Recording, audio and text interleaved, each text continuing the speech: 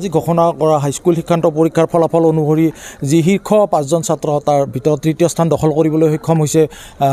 বৰপেটা জিলা যি সৰুপেটা স্থিত ষ্টেলা মেৰি স্কুল আছে ষ্টেলা মেৰি স্কুলৰ ছাত্ৰ বেদান্ত চৌধুৰী আমি এই মুহূৰ্তত উপস্থিত আছোঁ বেদান্ত চৌধুৰীৰ বাসগৃহত আৰু পোনে পোনে আমি বেদান্ত চৌধুৰীৰ সৈতে কথা পাতিবলৈ যত্ন কৰিম প্ৰথমতে অভিনন্দন জনাইছোঁ কেনেকুৱা কি ক'বা আজি প্ৰথমতে বহুত ভাল লাগিছে সকলোৰে ভাল লাগিব স্থান প্ৰাপ্তি কৰিলে আৰু তথাপিও তৃতীয় স্থানলৈকে আশা কৰা নাছিলোঁ প্ৰথমতে শুনি আছিলোঁ কি স্থান এইবাৰ নাই 10টা স্থান এইবাৰ নাই তথাপিও পাৰ্চেণ্টেজলৈকে অলপমান এটা আশা থাকে পাৰ্চেণ্টেজটো ভাল হ'লে আগলৈকেও ভাল হয় যদিও মেট্ৰিকৰ ৰিজাল্টটো এতিয়া গুৰুত্বটো অলপ উঠি গৈছে কাৰণ আজিকালি নৰ্মেল BSc লাইন পঢ়িবলৈতো এণ্ট্ৰেঞ্চ পৰীক্ষা দিব লগা হৈছে তথাপিও এটা স্মৰণীয় দিন হৈ ৰহিব এতিয়া জীৱনত কেনেদৰে অধ্যয়ন কৰিছিলে পৰীক্ষাৰ আগমুহূৰ্তত পৰীক্ষাৰ আগমুহূৰ্তত ক'বলৈ গ'লে যথেষ্টভাৱে কুৱেশ্যন পেপাৰ কৰিছিলোঁ প্ৰি টেষ্টৰ পাছত যেতিয়া একমাহমান সময় পাইছিলোঁ যথেষ্ট question paper CBSE question paper কেইখনমান কৰিছিলোঁ কাৰণ সিহঁতৰ 1 মাৰ্ক এতিয়াও আমাৰ 1 মাৰ্কে হৈছে আৰু আমাৰ যোনটো নতুনকৈ আহিব যিবোৰে নতুন এই পেটাৰ্ণত আৰু নতুনকৈ পৰীক্ষা দিব সিহঁতৰ বাবেও যথেষ্টভাৱে ভাল হ'ব কাৰণ এতিয়া আজিকালি পেটাৰ্ণটো এনেদৰে হৈ গৈছে কি ভালদৰে অধ্যয়ন কৰিব বুজি পাব লাগিব বস্তুগিলান এই যি ধৰণৰ ফলাফল আচলতে যথেষ্ট আশাব্যঞ্জক বুলি ক'ব লাগিব আনন্দদায়ক আপোনাৰ পৰিয়ালৰ বাবে বা এই অঞ্চলটোৰ বাবে সৰুপেটা বা বৃহত্তৰ ভৱানীপুৰ অঞ্চলৰ বাবে কি ক'ব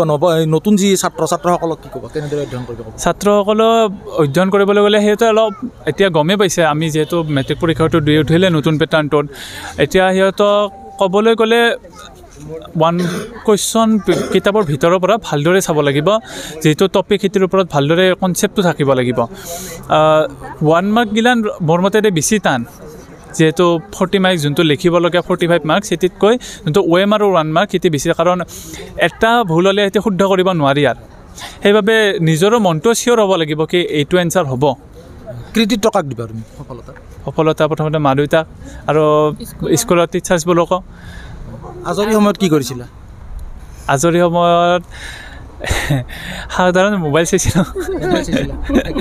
খেলা ধূলাত অলপ ৰাপ আছিল তথাপিও স্কুল থকাৰ সময়ত যিহেতু স্কুল টিউশ্যন এনেকৈ গৈছিল দিনবোৰ ইমানো আজৰি সময় পোৱা নাছিলোঁ স্কুল যোৱাৰ পিছত টিউশ্যন তাৰপিছত আহি অলপ সময় অধ্যয়ন কৰা আৰু দিনটোৰ কষ্টত ভাগাৰো ধৰি সেইকাৰণে খেলা ধূলাত লকডাউনৰ সময়ত খেলিছিলোঁ কিন্তু এতিয়া পৰিকল্পনা কি ভৱিষ্যতে ক'ত পঢ়িবা বা কি লাইনত ইঞ্জিনিয়াৰিং লাইনত যাম বুলি ভাবিছোঁ JEE তথাপিও পৰীক্ষাবোৰ যিহেতু টাফ হৈছে আজিকালি বহুত টাফ হৈছে বহুত কম্পিটিশ্যন আজি মই ষ্টেণ্ড কৰা বুলি ক'বলৈ নোৱাৰি কাৰণ মোতছে বহুত তলৰ ল'ৰা ছোৱালী ছাত্ৰ ছাত্ৰীবোৰেও মোতছে বেছি মেধাৱী হ'ব পাৰে সেইটো ক'ব নোৱাৰি এতিয়া কি হয় আগলৈকে কিন্তু মোৰ চেষ্টা থাকিব আগলৈকে কিবা এটা কৰিব পাৰোঁ হয় এয়া আছিল কৃতি ছাত্ৰ বেদান্ত চৌধুৰী আৰু আমাৰ লগত বেদান্তৰ মাতৃও আছে আমি মাতৃৰ পৰা কিছু কথা জানিবলৈ চেষ্টা কৰিম প্ৰথমে আপোনালোকক অভিনন্দন জনাইছোঁ যে পুত্ৰৰ আজি আচলতে এক সাফল্যৰ দিন কি ক'ব ভাল লাগিছে আপোনালোকে আহায়ো ভাল লাগিছে কেনেকুৱা আছিল বেদান্ত পঢ়া শুনাত সৰুৰ পৰা ভালেই আছিল আমাৰ দৃষ্টিত ভালেই আছিল এই ষ্টেলা মেৰিজত KG 1ৰ পৰাই মানে ৰেংক 1তে আছিল এইবাৰো ভাবিছিলোঁ সেইকাৰণে স্কুলখনৰ এটা সুনাম হওক লাষ্ট টাইমত এটা স্কুলখনক কিবা এটা দি যাওক সি ভগৱানে সেইটো দিলে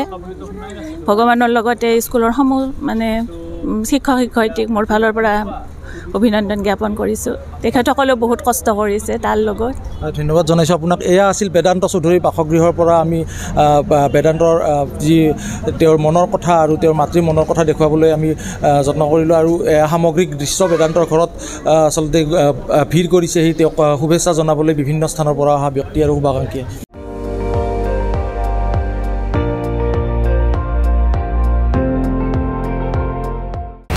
আপুনি চাই আছে ND24 সৰ্বশ্ৰেষ্ঠ নহয় সৰ্বোত্তমৰ দৌৰা